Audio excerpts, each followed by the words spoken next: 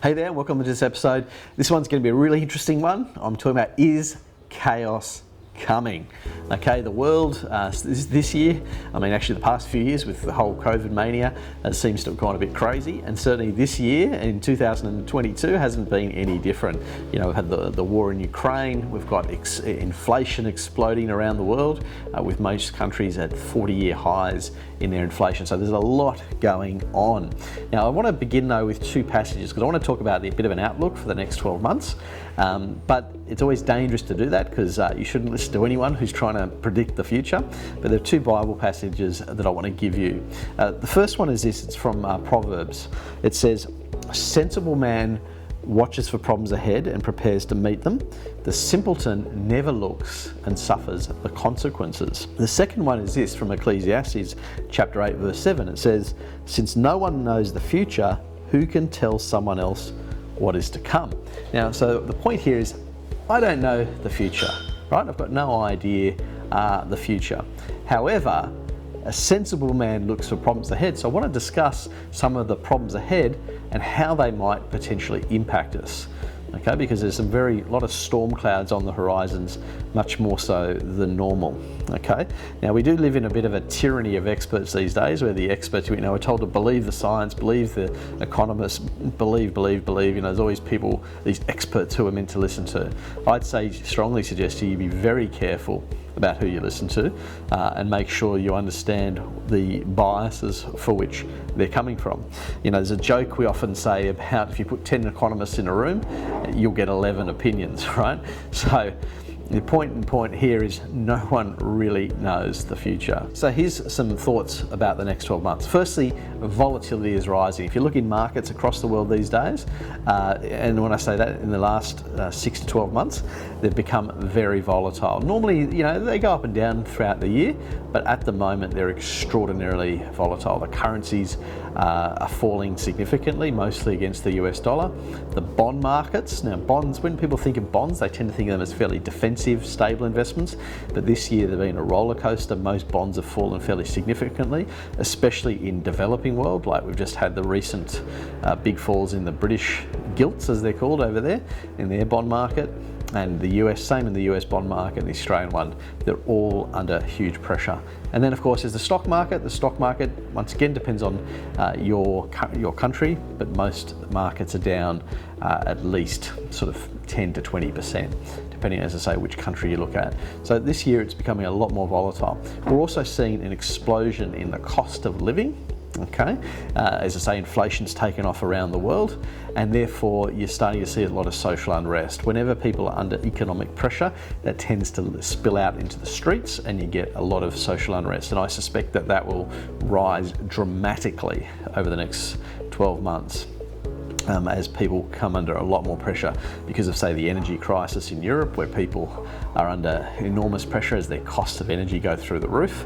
And of course the flow-on effect of this, and what central banks are trying to do to combat the inflation, is by bumping up interest rates. Okay, now when you do that, that increases the cost of living. If you've got a home loan, you've got car loans, any of these things, all of a sudden the rates are rising, which takes more money out of your pocket, which means you have less money to spend and to put towards other things. So these are some of the things that we're seeing already. Of course, the other thing we're seeing is massive political polarization around the world. You only have to look into the US. Look, I love the US, but a lot of crazy things going on there. But the country is enormously polarized between right and left, and you can only see that instability increasing. You've got this sort of real division in values between progressive and traditional values, and that is going to get worse. It's not going to get any better. And if we look more specifically at the US, there's often a saying, if the US sneezes, the whole world catches a cold. And certainly when we look in the US over the last couple of weeks, you had their large company, FedEx. Many people would use FedEx around the world. It transports courier packages and stuff all around the world, and it's noticed a big drop in shipments. It's basically said it's closing branches. I think at least 90 different branches around the place, and that's all coming because of this slowdown. So you can see there's a slowdown happening in the US. but it's also happening across the globe. We're seeing the global economy really start to contract now. When we also look at US politics, we're witnessing the federal government has just passed what they call the Inflation Reduction Act. Now, I don't mean to be cynical here, but often if you look at the title on a government policy, a government act, often it's the exact opposite is what the people expect. So in the Inflation Act that Joe Biden has recently passed, one of the things is forgiving student debt, which may sound very plausible, but it's actually a crazy policy because basically the debt is not disappearing, it's just being passed on to other taxpayers, so that those who haven't taken out student debt are now getting burdened by it. So it's quite an unfair policy. From a biblical standpoint of view, those who take debts out have a responsibility to repay those debts. That's a moral responsibility. If you take on debt, you should repay it. So one of the big questions around the world, though, and in many nations, is, well, how high are interest rates going to go? Now, I can't actually answer that because it's very difficult to predict, and you should never try and predict interest rates of all things. But here's the thing: inflation figures are rising, and it would appear that they haven't yet peaked. And as a result, central banks are absolutely determined. The US Federal Reserve particularly has made it absolutely abundantly clear that they want to get inflation down under control. They want to get back to 2%. Now, it's currently over 8%, so it's got to come down a long way. Now, the only way they're going to be able to do that is putting up rates, and rates, of course, are going to have a negative effect on the economy, effect on people's borrowing.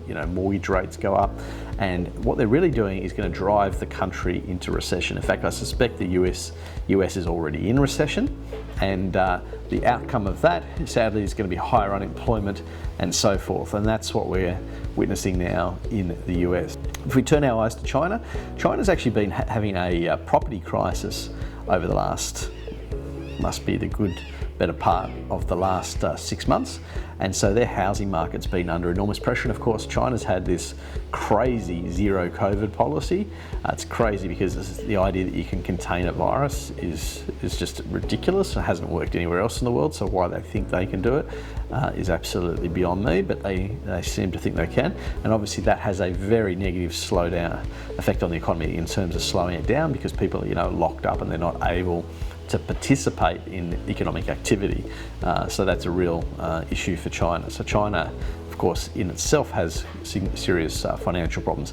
And as I say, their property market has been under huge pressure because of all this, and they've got something like 90 million empty apartments in China. They've massively overbuilt. So China's heading for a few problems of its own.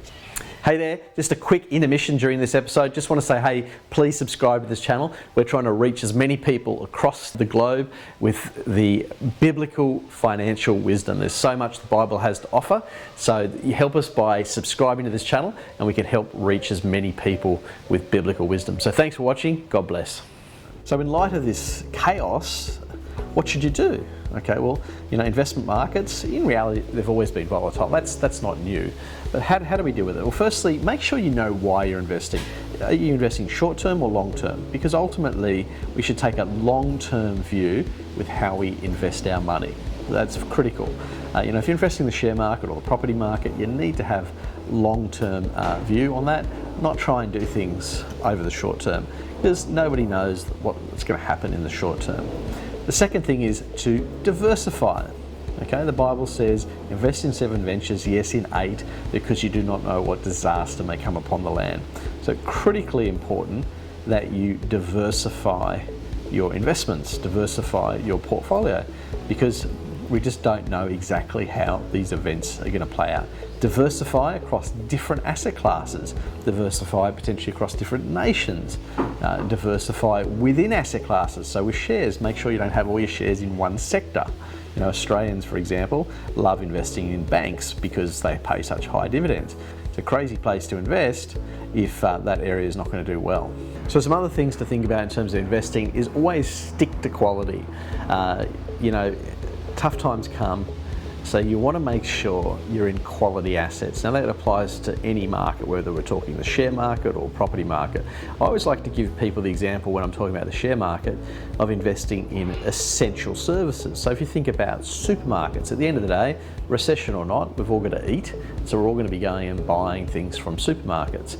Likewise, electricity. You know, we all need electricity and gas and things like that in our houses. They're essential services. They're things you can't live without. So those kinds of businesses are going to be around rain, hail or shine. So think about you investing in buying things that are quality and things that are going to be around rain, hail or shine, okay? That will really help you build a quality portfolio of assets that are going to last. But you can also apply those same principles to property and things like that. You know, you don't want to buy some rundown, dilapidated thing unless you know a bit about property. Of course, you're going to renovate and fix it up, but that's for someone with a special skill set. But otherwise, if you're buying and holding passive property, you want to buy good quality property that's going to be around for time being and for the future. So the last thing I just want to address here, because we're talking about chaos, you know, people get nervous and worry about these things. I just want to talk to you, I guess, offer a biblical perspective on these things. Like the Bible warns us, particularly in the end times, things will get more chaotic. It warns us also that there will eventually be a collapse of some sort. Now, I don't know when that will occur, but you can see these things are happening. But it's natural, I think, to worry. And when we see bad news on TV and the radio and so forth, we tend to worry. But I want to suggest to you that we have an awesome God, a God who has an amazing ability to provide, a God who is above and beyond.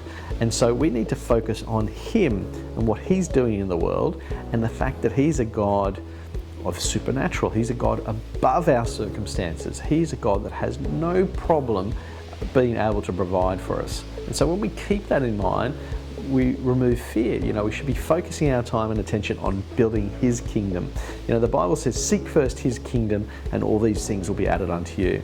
So when we look at the topsy-turvy world and the crazy things going on, when you're focusing on God's kingdom and that's where your attention is, God is going to look after you. He's going to get you through. Yes, it's a fallen world, bad things will happen. We see that every day on the news. But also when you're under God's protection because you're focusing on Him doing the right thing and building His kingdom, you're going to prosper and you're going to do well. Now, when I say prosper, I don't mean you're going to get rich or anything like that. This is not some prosperity gospel because there are times when things get tough and sometimes God teaches us lessons too. And so we may go through difficult periods in our lives. But the point here is we shouldn't be worried. We should be focusing on Him and this amazing God that we love and serve. So thanks for watching. God bless.